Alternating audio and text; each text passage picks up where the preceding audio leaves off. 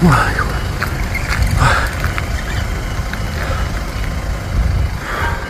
Gaza नहीं है, ये हमास भी नहीं है, ये है उत्तरी इजराइल। लेबनान से लगे हुए इस इलाके में जैसे जहन्नुम की आग जल रही है। इजराइल अब लेबनान को गाजा बनाने की तैयारी में जुट गया है, क्योंकि हिजबुल्लाह ने इस हमले को अंजाम दिया है। इजराइल और लेबनान बॉर्डर पर हुआ यह हमला एंटी टैंक मिसाइल से किया गया है। दावा किया जा रहा है कि इस हमले में इजराइल के कई सैनिक बुरी तरह घायल हुए हैं। अगर यह हमला बड़ा लगा तो इस अटैक को देखिए। हिजबुल्लाह के लड़ाके रमीम बैरक के पास एंटी टैंक मिसाइल फायर करते हैं और फिर होता है ये धमाका।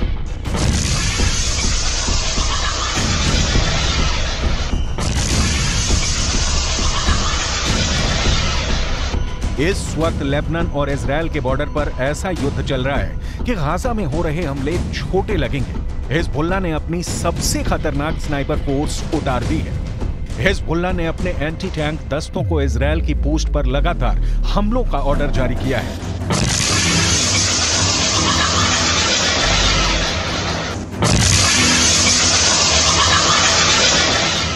इन धमाकों ने एक बड़ी गारंटी दे दी है। इन हमलों ने साफ कर दिया है कि अब इजराइल लेबनान को माफ नहीं करेगा। इजराइल के रक्षा मंत्री की बड़ी धमकी देखिए। מה שאנחנו עושים בעזה אנחנו יודעים לעשות בביירות. מה שאנחנו עושים בעזה אנחנו יודעים לעשות בביירות.